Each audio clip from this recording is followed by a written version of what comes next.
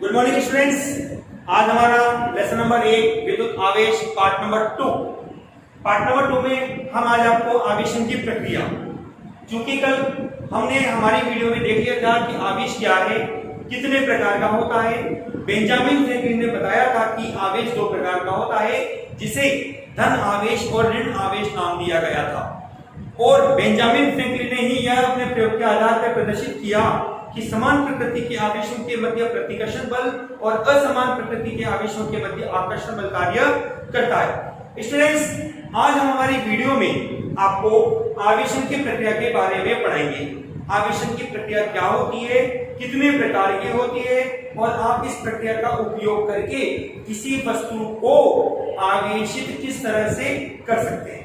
तो स्टूडेंट्स, आवेशन की प्रक्रिया तीन प्रकार की होती है। नंबर 1 विधि आपके पास होती है घर्षण विधि। घर्षण विधि स्टूडेंट, घर्षण विधि के बारे में हमने पहले भी हमारी वीडियो में पढ़ा है कि जब दो कुचालक पदार्थों को परस्पर रगड़ा जाता है तो उनके मध्य इलेक्ट्रॉनों का स्थानांतरण होता है, जिससे पदार्थ विद्युतमय हो जाता है। इस घटना को हम घर्षण विधि कहते हैं। और इस प्रक्रिया में दो तरह के आवेश उत्पन्न होते हैं, एक पदार्थ धन आवेश और एक पदार्थ ऋण आवेशित कहलाता है। स्टूडेंट्स, मैं इसकी लैंग्वेज को रूप में लिख सकता हूं यहाँ पे कि जब दो कुचालक या परावैद्युत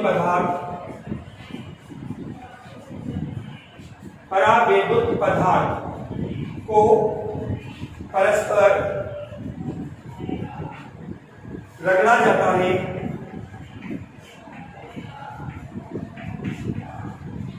तो इनके मध्य इलेक्ट्रॉन का स्थानांतरण होता है,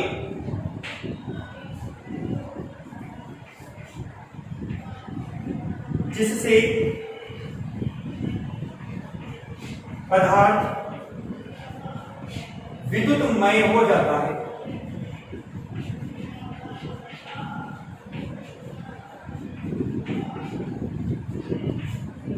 स्टूडेंट्स, जैसा कि कल हमने पढ़ा था कि जब कांच की छड़ को आपने रेशम के कपड़े से रगड़ा था तो कांच की छड़ इलेक्ट्रॉन त्यागती है और वही त्यागे गए इलेक्ट्रॉन रेशम का कपड़ा ग्रहण करता है, जिससे कांच की छड़ पर धनात्मक आवेश और रेशम के कपड़े पर ऋणात्मक आवेश उत्पन्न होता है।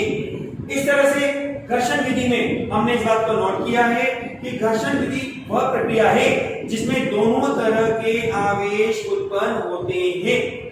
स्टूडेंट्स, इसका स्क्रीनशॉट लेके आप अपनी फेयर कॉपी में आप इस पॉइंट्स को नोट कीजिएगा। इसका स्क्रीनशॉट लीजिए स्टूडेंट्स आप।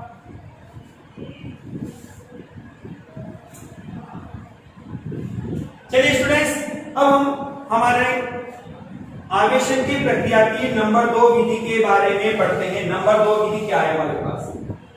नंबर 2 विधि, जिसको हम चालन विधि के नाम से भी जानते हैं, इसका एक नाम और होता है संपर्क विधि, कॉन्टैक्ट मेथड जिसको हम कहते हैं संपर्क विधि।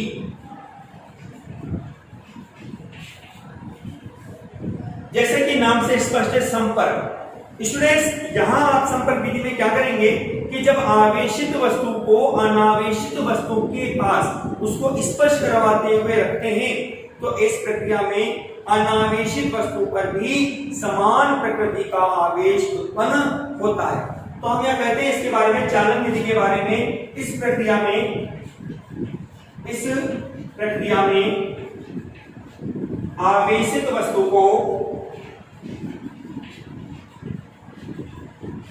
अनावेशित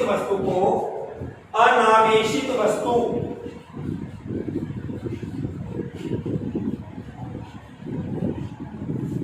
के संपर्क में या स्पर्श करवाते हुए, संपर्क या स्पर्श में रखा जाता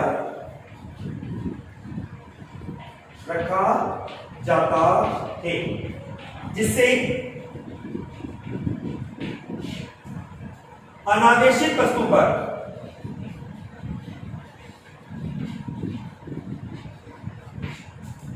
वस्तु पर समान प्रकार का समान प्रकार का आवेश उत्पन्न होता है।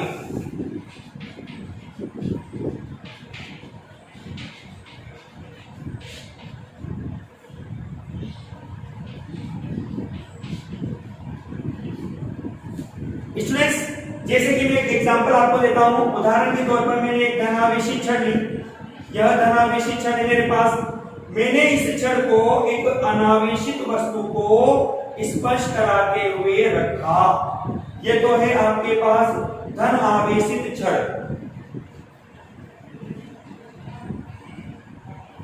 और ये आपके पास है अनावेशित चालक गोला, अनावेशित चालक। ये आपके पास डायग्राम नंबर 1 बनता है। डायग्राम नंबर 2 में हमने क्या किया, हमने ये देखा स्टूडेंट्स कि जो आपके पास ज्ञात आवेशित वाली छड़ थी, उससे आवेश इस चालक सतह पर जो कि अनावेशित है पर समान रूप से फैल जाता है।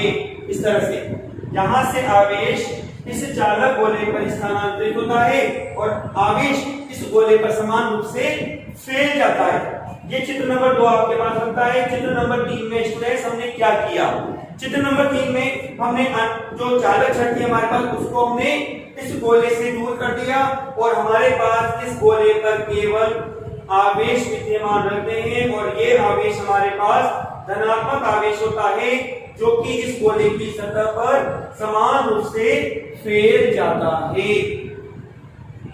इस तरह से चालन विधि, इसको संपर्क विधि के नाम से भी हम जानते हैं, में समान प्रकार का हमारे पास आवेश उत्पन्न होता है। दोबारा सुनिएगा स्टूडेंट्स, यहाँ पर मैं दोबारा से इसको एक्सप्लेन करता हूँ। यहाँ पे आपके पास चालन विधि, चालन विधि वे होती है, वो विधि है जिसमें आवेशित वस्तु को अनावेशित वस्तु के संपर्क में लाया जाता है या स्पर्श कराते हुए रखा जाता है, जिससे अनावेशित वस्तु पर समान प्रकार का आवेश उत्पन्न होता है।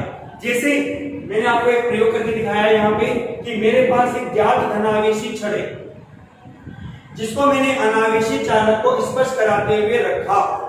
तो हमने देखा चित्र नंबर 2 में इस ज्ञात आवेशी छड़ से आवेश इस अनावेशित चालक की सतह पर समान रूप से फैल जाता है या स्थानांतरित होता है। चित्र नंबर 3 में हमने क्या किया कि इस छड़ को हमने दूर हटा दिया, हमारा उद्देश्य पूरा होता है। हमने इस पर केवल हमें यहाँ पर धनात्मक आवेश प्राप्त होते हैं, जिससे कि ये अनावेशित चालक जो प्रारंभ में था आपके पास अब धनावेशित चालक कहलाता है। स्टूडेंट्स, यदि आपके द्वारा यहाँ ऋणात्मक छड़ ली जाती तो यहाँ पर आपके पास ऋण आवेश उत्पन्न होता और यहाँ पर भी आपके पास ऋण आवेश बनता। जैसा कि मैंने आपको कहा, संपर्क विधि में समान प्रकार का आवेश उत्पन्न होता है। स्टूडेंट्स, अब हमारे पास आगे बढ़ने से पहले आप इसका स्क्रीनशॉट ले लीजिए ताकि अपनी फेयर कॉपी में आप इसको नोट कर सकें।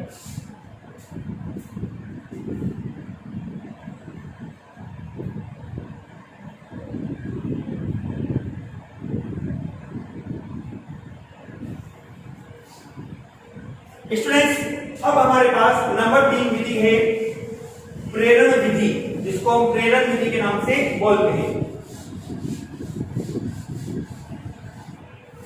नंबर 3 आपके पास है प्रेरण विधि।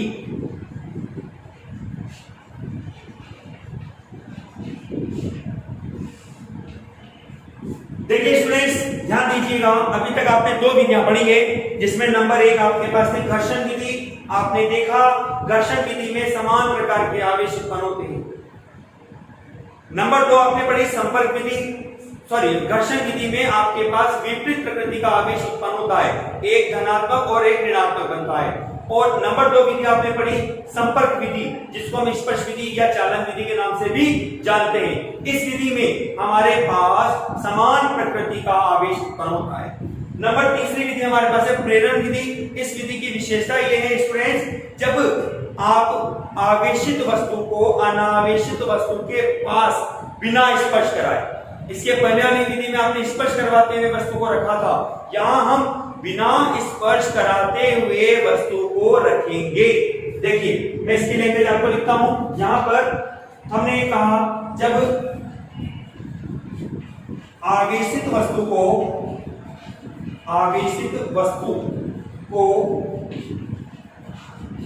अनावेशित वस्तु के पास, अनावेशित वस्तु चालक वस्तु के पास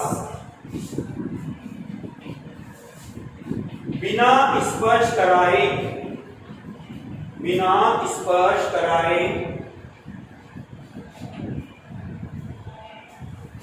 रखा जाता है तो अनावेशित वस्तु पर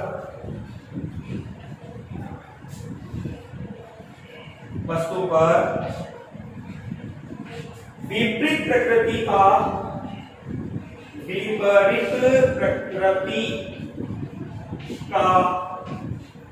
आवेश उत्पन्न होता है।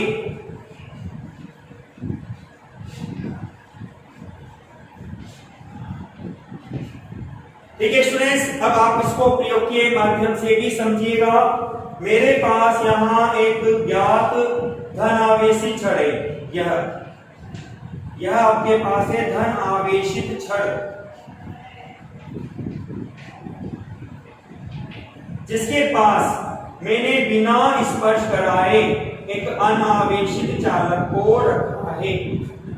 अब जैसा कि स्टूडेंट्स आपने शब्द बोला है चालक, आप जानते हैं चालक प्रश्न में आपके पास आवेश की उपस्थिति अनिवार्यता बनती है। यहां हमने कहा इस प्रश्न में जितने भी ऋण आवेश है वह क्या करेंगे कि इस धनावेशित छड़ की ओर आकर्षित होते हैं और इस अनावेशित चालक की सतह पर एकत्रित होते हैं, जबकि धनावेश इस भाग से प्रतिकर्षित होकर इसके विपरीत सतह पर एकत्रित हो जाते हैं। इस तरह से चित्र नंबर 2 में हमने क्या किया,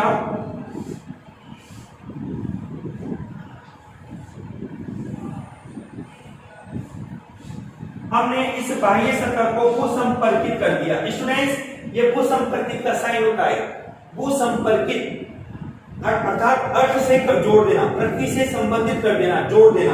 ये आपके पास धनावेशी छड़ है, यहाँ आपके पास नेगेटिव चार्ज उपस्थित है और यहाँ जो पॉजिटिव चार्ज थे स्टूडेंट्स, हम इसके बारे में कहते हैं कि भूगर्भ से अर्थात पृथ्वी से इलेक्ट्रॉन्स आते हैं और इन धन आवेशों को यहाँ समाप्त कर जाते हैं। इस तरह से केवल इस चालक गोले पर केवल ऋणात्मक आवेश उपस्थित रहेगा। चित्र नंबर 3 में हमने क्या किया कि इस धनावेशी छड़ को यहाँ से दूर हटा दिया और हमारे पास अनावेशी सतह पर जो चालक उपस्थित रहेगा वह ऋण आवेश होगा और ये ऋण आवेश इस चालक की सतह पर समान रूप से फैल जाता है। तो इसमें हमने यहाँ देखा कि हम धनावेशी छड़ को उपयोग में लेते हैं और हम यहाँ पर जो अनावेशित प्रश्न बनता है वो एक ऋणावेशित, अर्थात हमारे पास यहाँ उपयोग में लिए गए विपरीत प्रकृति का आवेश यहाँ उत्पन्न होता है। दोबारा रिपीट करता हूं स्टूडेंट्स अपने लैंग्वेज को यहाँ पर कि प्रेरण विधि में क्या होता है कि हम अनावेशित वस्तु के पास में आवेशित वस्तु को रखा जाता है, लेकिन हम उसको स्पर्श नहीं कर पाते। जैसा कि ये इस प्रक्रिया में क्या होगा कि जो अनावेशित वस्तु है इसमें जितने भी ऋणावेश होंगे वो धनावेशित छड़ की ओर और जितने भी धनावेश है वो इस भाग से दूर अर्थात दूसरी सतह पर एकत्रित हो जाते हैं। हमने पॉजिटिव सतह को भूसंपर्कित कर दिया। भूसंपर्कित करने का मतलब वो क्या, पृथ्वी से हमने इसको संबंधित कर दिया। तो चूंकि धनात्मक है तो इलेक्ट्रॉन आते हैं, यदि यहाँ धन आवेश के स्थान पर ऋण आवेश होता तो ये इलेक्ट्रॉन भूगर्भ में चले जाते हैं। ये इलेक्ट्रॉन क्या होते हैं, भूगर्भ में चले जाते हैं और यहाँ केवल धनात्मक आवेश बचता। लेकिन हमने उसके बारे में भी पढ़ा नहीं है, आप चाहें तो उसको भी रिपीट कर सकते हैं। यहाँ पे अभी मैं बताता हूँ उसको आप कैसे लिखेंगे। हमने भूसंपर्कित करा दिया, छड़ को दूर ले गए, तो अब केवल जो ऋणात्मक आवेश है वो इस चालक की सतह पर समान रूप से फैल जाता है।